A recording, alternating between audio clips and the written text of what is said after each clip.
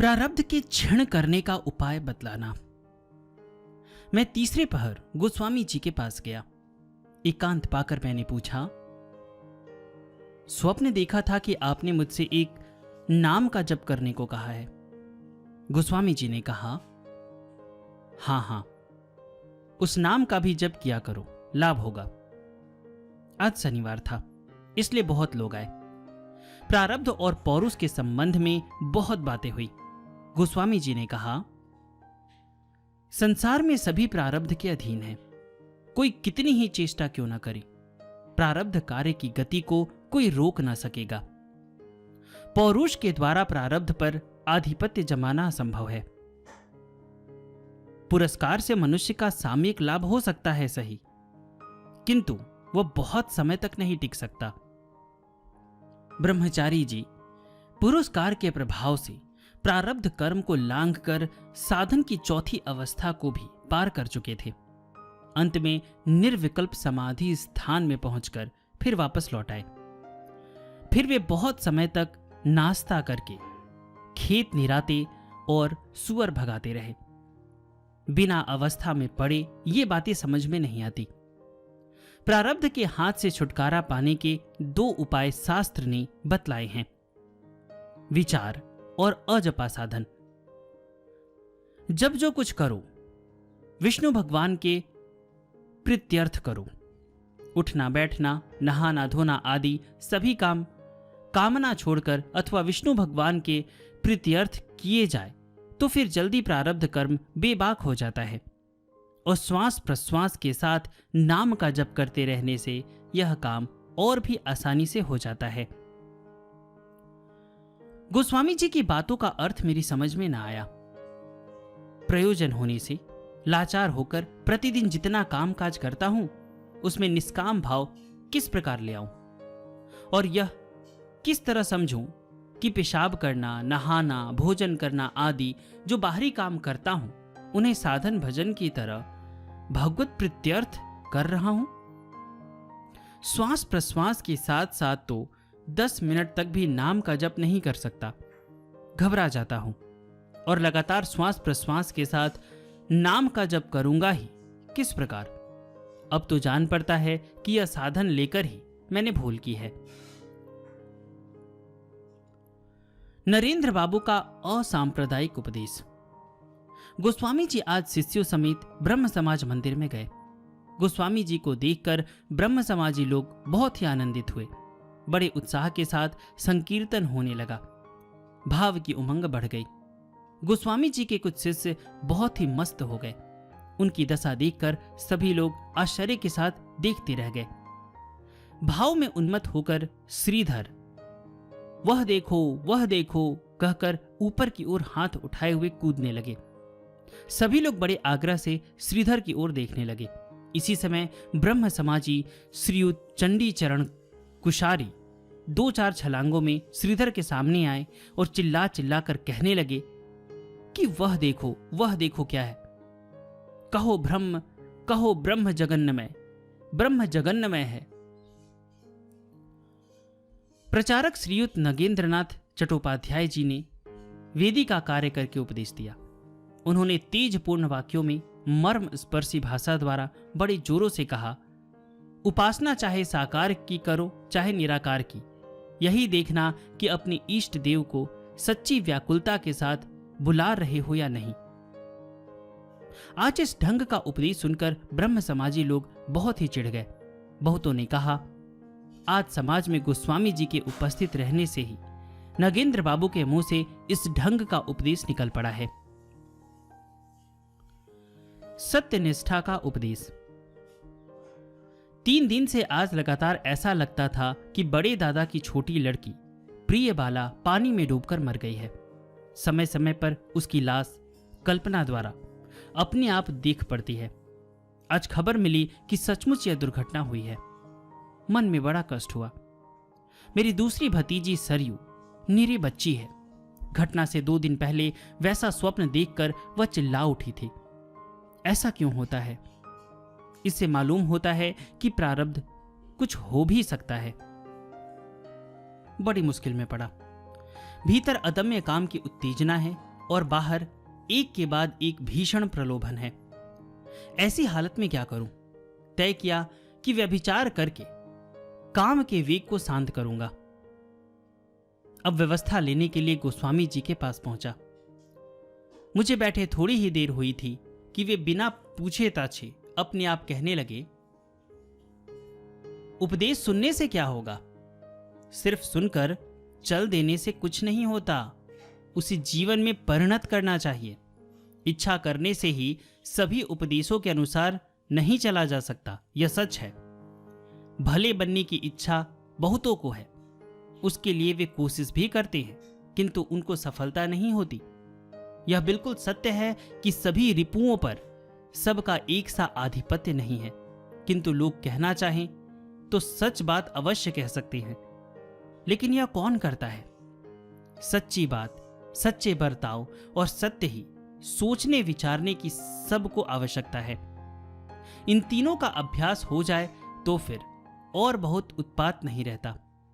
धर्मार्थियों को पहले इन्हीं तीनों का अभ्यास कर लेना चाहिए, फिर सब सरलता से आ जाता है। उल्लिखित तीनों बातों का अभ्यास सहज ही हो जाता है। इन तीनों का अभ्यास पहले कर लो तो सब उत्पातों की शांति हो जाएगी। यह सब सुनकर मैं मानसिक व्यथा के मारे डेरे पर लौट आया। सोचा था कि गोस्वामी जी योगाचार्य हैं, इन उत्पातों को शांत कर देने की कितनी ही प्रणालियां जानते हैं, एकाध नुस्खा बतला देंगे। किंतु उन्होंने तो उसी ब्रह्म समाज की पुरानी नीति की गत को दोहरा दिया। मंत्र शक्ति का प्रमाण। हम लोगों के मास्टर श्रीयुत शारदाचरण पाल का इकलौता लड़का आज मृत्यु सैया पर पड़ा हुआ है। 8-10 हमजोली वालों के साथ मैं उसे देखने गया।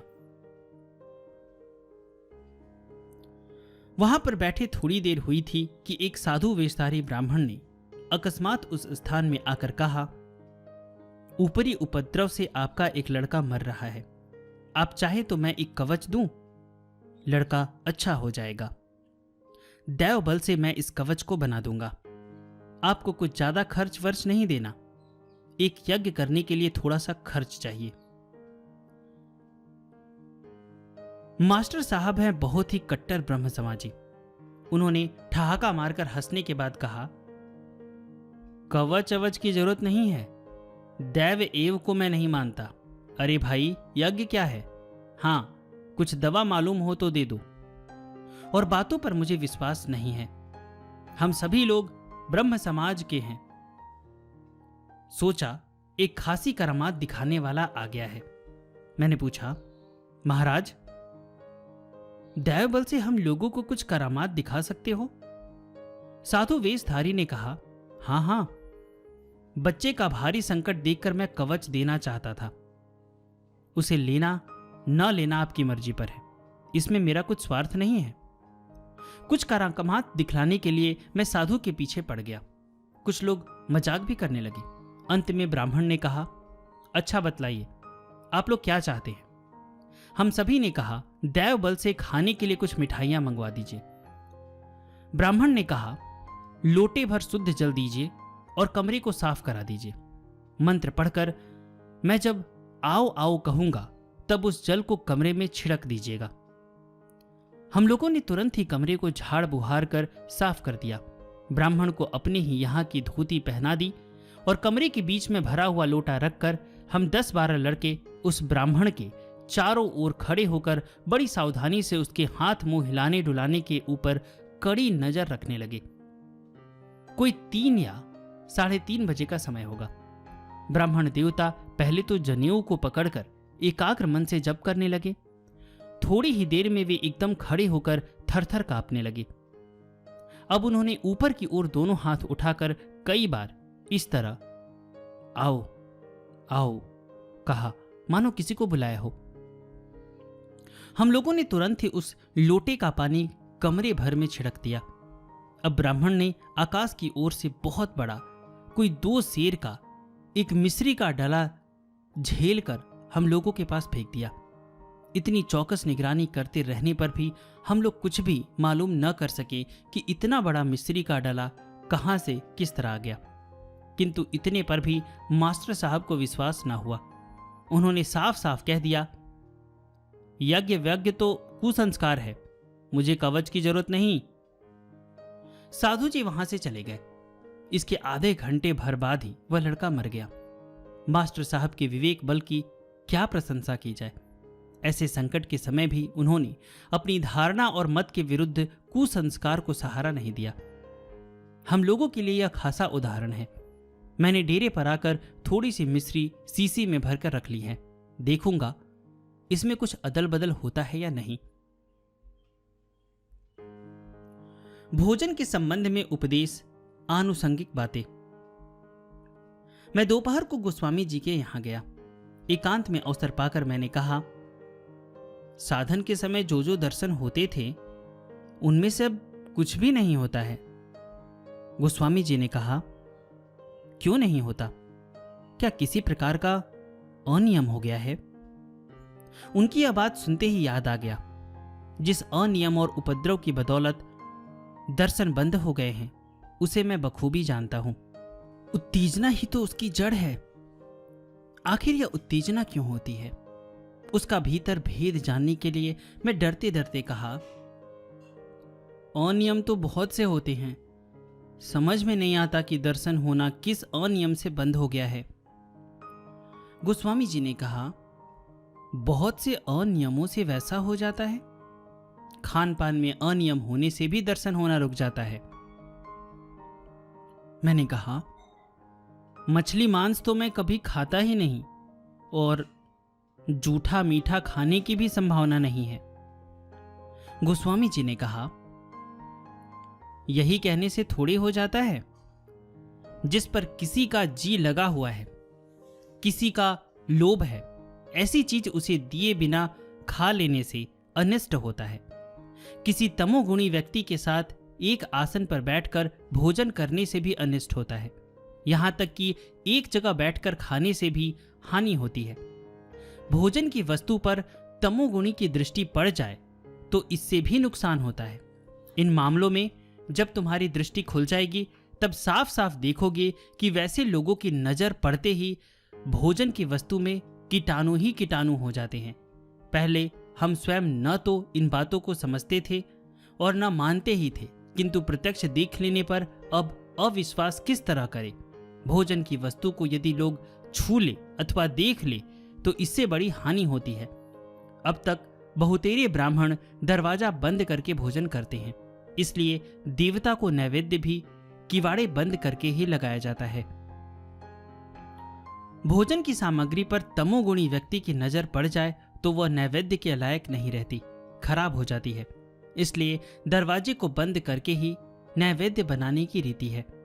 भाव दूषित, स्पर्श दूषित और दृष्टि दूषित वस्तु खाने से नुकसान होता है। उसका नैवेद्य देवता को लगाया जाए तो अपराध होता है। भोजन के दोष से तरह तरह के उपद्रव भी उत्पन्न हो जाते हैं। उससे सभी शत्रु उत्तेजित हो जाते हैं। इसलिए इन विषयों में बहुत सावधान रहना पड़ता है। मैंने बोला, वस्तु की शुद्धता अशुद्धता तो साफ साफ बिना जाने यदि उसका नैवेद्य इष्ट देवता को लगाया जाए तो क्या अपराध नहीं लगता? और इससे इष्ट देवता की कुछ हानि तो ना होगी? गोस्वामी जी ने कहा, नहीं नहीं, कुछ अपराध नहीं लगता, क्योंकि वही तो व्यवस्था है।